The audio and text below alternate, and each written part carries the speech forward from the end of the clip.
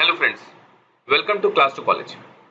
कई सारी videos I हैं कि सेकंड फेज के रजिस्ट्रेशन कैसे करने हैं। हमने कई सारे सोर्सेज से, स्टेक होल्डर से बात करके जो करेक्ट तरीका है, जिन चीज़ों का ध्यान रखना है सेकंड फेज के फॉर्म फिलिंग के अब उसके बारे में एक छोटी सी वीडियो आपके सामने लेके आ रहे हैं। अगर आपको ये वीडियो अच्छी लगती है तो इस वीडियो को लाइक जरूर करिएगा और हमारे चैनल को सब्सक्राइब जरूर करिएगा, जिससे आगे आने वाले भी राइट इन्फॉर्मेशन आप तक टाइम पर पहुंच सके।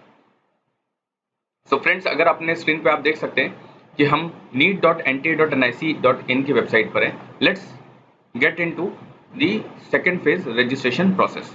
सो हम ये विंडो ओपन करते हैं। यहाँ पर एप्लीकेशन नंबर, पासवर्ड और ये जो नीचे सिक्योरिटी पिन है ये हम भरेंगे।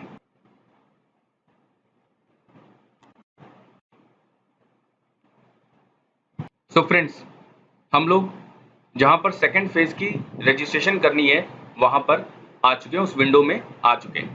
तो आप देख सकते हैं ऊपर आपकी पर्सनल डिटेल्स हैं, आपकी कैटेगरी है, उसके ऊपर जो है वो आपकी पर्सनल डिटेल्स है। So let's not get into it, ये आपने ऑलरेडी भरा हुआ है।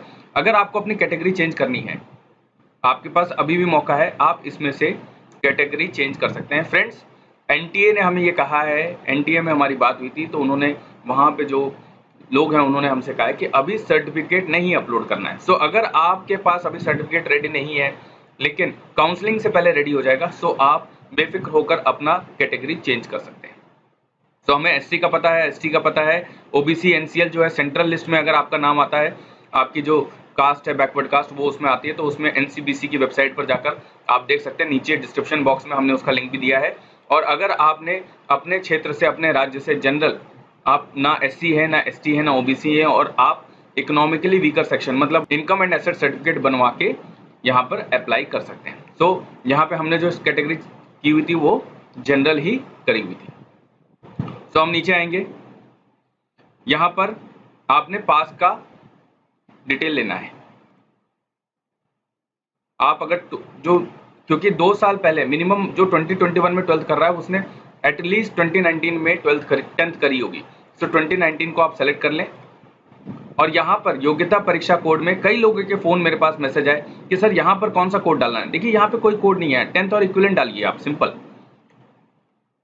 उसके बाद आपका अगर स्कूल जो है रूरल एरिया में है या अर्बन एरिया में है, आपका स्कूल प्राइवेट है या स्टेट गवर्नमेंट है, एडेड है, केंद्रीय विद्यालय है, जवाहर नवोदय विद्यालय या प्राइवेट या अदर्स है, तो आप वो भर सकते हैं। कहाँ से आपने पढ़ाई करी है, आपको सारे स्टेट्स मिले हुए हैं यहाँ पर।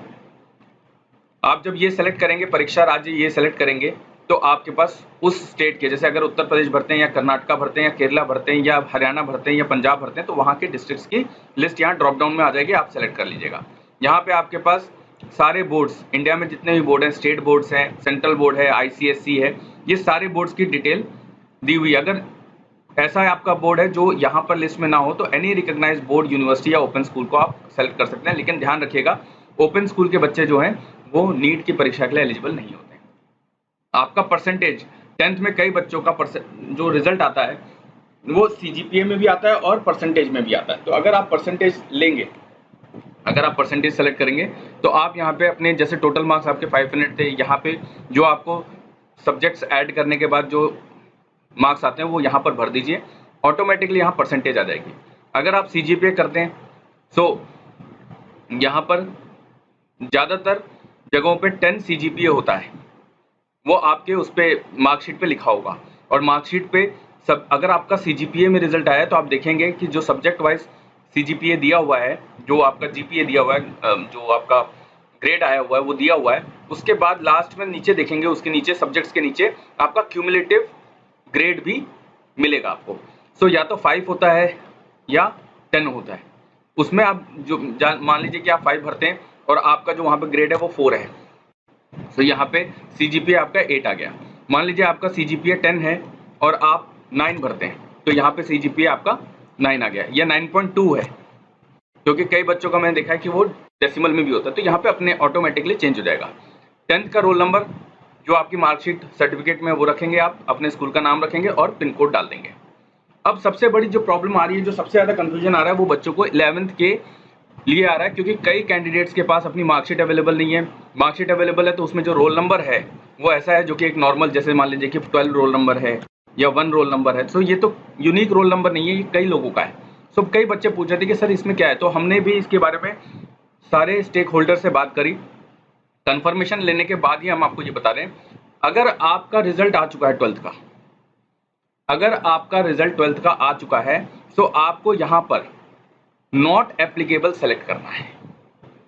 आप जैसे ही नॉट एप्लीकेबल सेलेक्ट करेंगे, तो ये block, qualifying exam code, place of schooling, type of school, qualifying examination state, सारे जो ब्लॉक्स हैं वो सारे के सारे बंद हो जाएंगे, वहां पे क्लिक नहीं होगा। अगर आप बोर्ड को भी क्लिक करेंगे तो बोर्ड भी क्लिक नहीं होगा, आप रेड कलर का मार्क देख सकते हैं।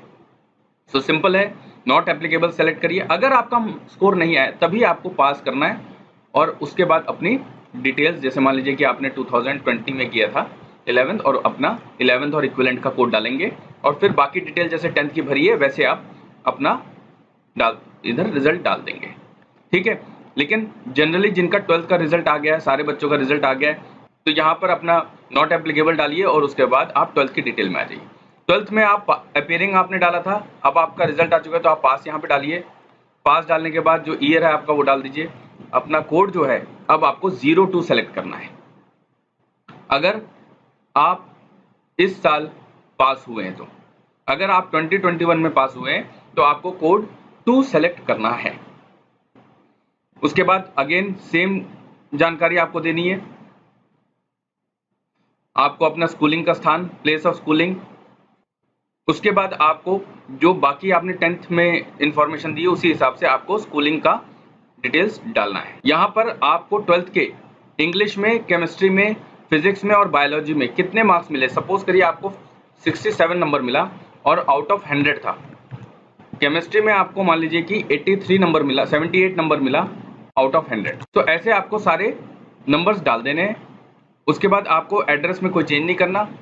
यहाँ पर parents income detail, parents income detail में ध्यान दीजिएगा, यहाँ पे ऑप्शनल लिखा है, fathers, mothers, guardians, qualification, occupation, annual income. अगर आप इस ऑप्शनल पे, ऑप्शनल का मतलब यही है कि आपको भरने की जरूरत नहीं है, आप यहाँ पर सिक्योरिटी कोड डालिए और सबमिट करिए। उसके बाद एक विंडो ओपन होगी, विंडो ओपन होने के बाद आप उसमें आगे अपना कंप्लीट कर सकते हैं। मैं वो भी अभी आपको दिखाता हूँ। तो फ्रेंड्स, आप देख सकते हैं कि जब हमने सबमिट बटन दबा दिया है सारी इन्फॉर्मेशन भरने के बाद, तो एक नेक्स्ट विंडो खुल गई है जिसमें रिव्यू पेज के लिए कह रहा है, और फाइनल सबमिट बटन से पहले एक बार अपने डाटा को चेक कर लीजिए, ये कह रहा है। तो यहाँ पे आप क्लोज करिए। आपने सारी चीज़ ठीक से देख ली होगी। तो जनरल कैटेगरी और एजुकेशनल क्वालिफिकेशन अगर आपने चेक कर ली है, उसके बाद आप नीचे आइए, आई एग्री पे क्लिक करिए और फाइनल सबमिट का बटन दबाइए। अगर आपको फाइनल सबमिट नहीं दबाना है तो आप एडिट एप्लीकेशन फॉर्म डाटा पे जाएंगे तो पिछले विंडो पे दोबारा चले जाएंगे। तो हम फाइनल सबमिट का बटन दबा देते हैं और हमारा ये सेकंड फेज का रजिस्ट्रेशन कंप्लीट हो गया। So friends, thank you very much. हम आगे भी आपके लिए काफ़ी सारी इंफॉर्मेटिव और करेक्ट वीडियोस लेकर आते रहेंगे। हमारे चैनल को जरूर सब्सक्राइब करिएगा। Thank you very much.